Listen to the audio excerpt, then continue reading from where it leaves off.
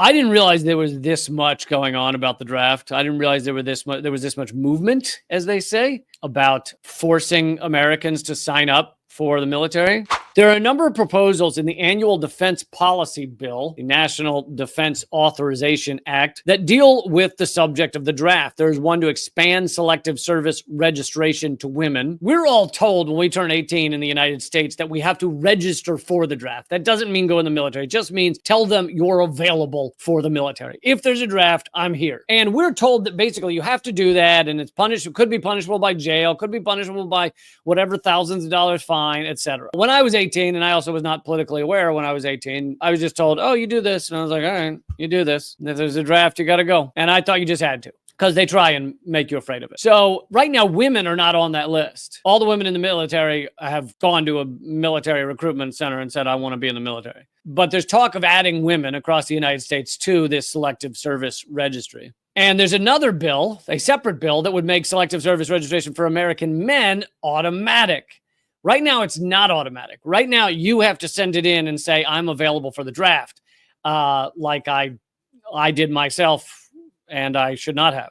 So there's a new effort to just make it that you never have to sign a card and send it in. You're just part of it. You're just in the draft. And some have freaked out about this. Some, there was a kind of a viral campaign of going, there's a bill saying we got to join the military. And it's not that it's good. Like, you should be upset by this, but it's not what a lot of people were portraying it as. And by the way, I'll be getting to the good news in a minute. All this talk compelled fact checkers to insist that no, the U.S. government isn't suddenly laying the groundwork for a draft. But saying the U.S. isn't preparing for a draft is like saying it isn't preparing for nuclear war. Just as the Department of Defense is tasked with maintaining readiness to initiate nuclear strikes whenever the commander-in-chief so orders, the selective service system has the sole mission of maintaining readiness to hold a draft lottery within 5 days when they're told to, and start selecting draftees and sending out notices to report for induction whenever Congress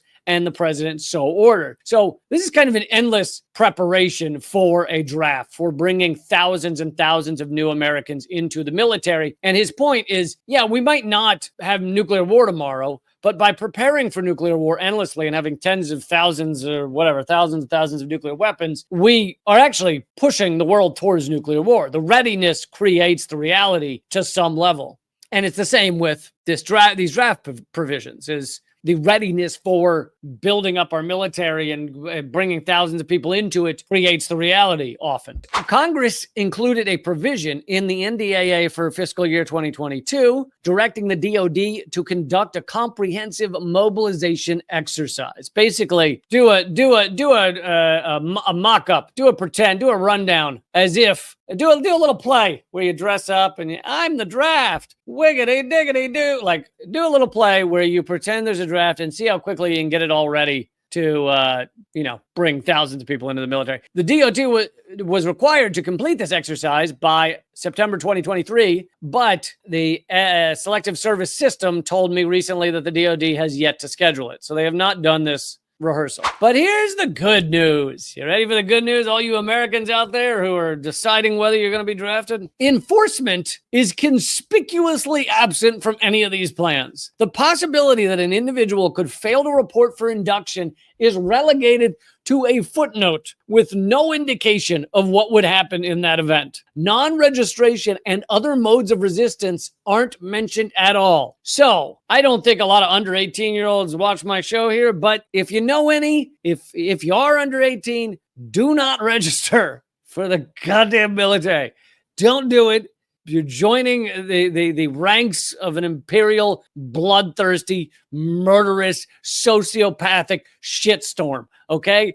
Do not sign up. For those of you, I bet you there are some of you watching in the United States who have kids who are maybe not far from this time when they're supposed to register. Don't register. In 2022, the SSS referred 238,679 names of suspected non-registrants to the Department of Justice after they didn't respond to threatening letters. Okay, so this is 2021, not long ago, and here's what happens. You don't register. The Selective Service system then sends you a letter that says you could be put in jail, you could get a giant fine. Oh, you're such a bad American. Oh, you dirty hooligan, you. There's a lot of hooligan and scalawag in there. You scalawag. And there's a little emoji of a wagging finger. Oh, don't be the scamp, you scamp. So they send you that letter. And then they send this list of 238,000 Americans to the Department of Justice. The Department of Justice then does nothing with them. Nothing, ever. None of them. None of the 238,000 were investigated or prosecuted or could be prosecuted without evidence of actual knowledge and criminal intent. Because, hey, maybe you just accidentally threw out the letter. Maybe you didn't read it. Maybe you didn't mean to be a resistor. They'd have to prove intent. You would have to post on your, Instagram, you setting fire to it. Then maybe they have the evidence they need. But even then, they'd have to come after you, which they never do.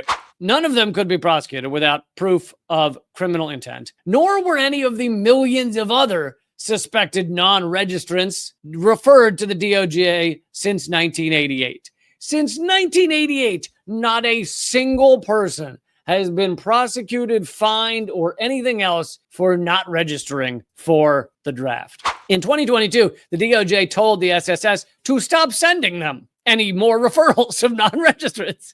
Basically, every year, the Selective Service group sends all these names, and the DOJ just shreds them. They have no use for it. So now they've told them to just stop telling us. We don't care. We really don't care. They told them to stop sending referrals, presumably because the DOJ wasn't going to do anything with them. The DOJ has no idea what it would do if it were called upon to try to enforce induction orders. There is no reason for any of you or your kids to sign up for the draft. Don't fucking do it. Tell everyone else you know. Go out in your neighborhoods. Tell them not to let their kids sign up, etc.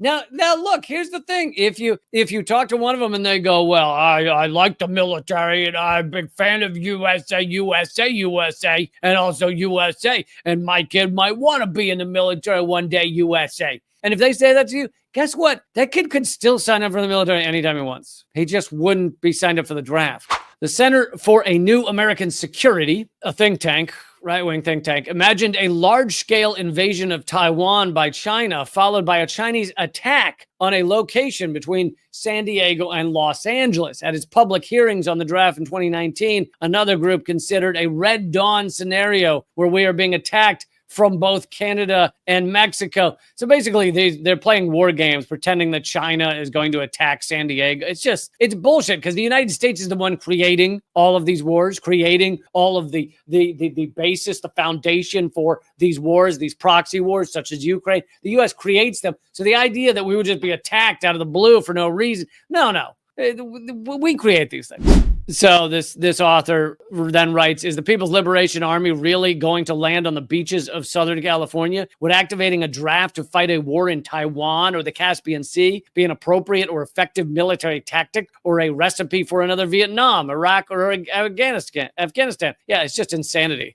As with nuclear weapons, to speak of readiness for a draft as a deterrent is also to speak of it as a threat. Like nuclear warheads, the draft is used as a weapon when it is used as a military threat, whether or not the threat of nuclear war or of a draft is ever carried out. In other words, the availability of the draft helps enable the U.S. to threaten to crush any opposition to U.S. hegemony, and the perceived, although misguided, ability to rely on these threats makes it easier not to consider diplomatic or other alternatives. Yeah, the United States hates diplomacy, really, with a passion. As you can see in the ticker down below, the Pentagon recently unveiled their $10 billion diplomacy defense shield to stop any diplomacy coming towards the United States.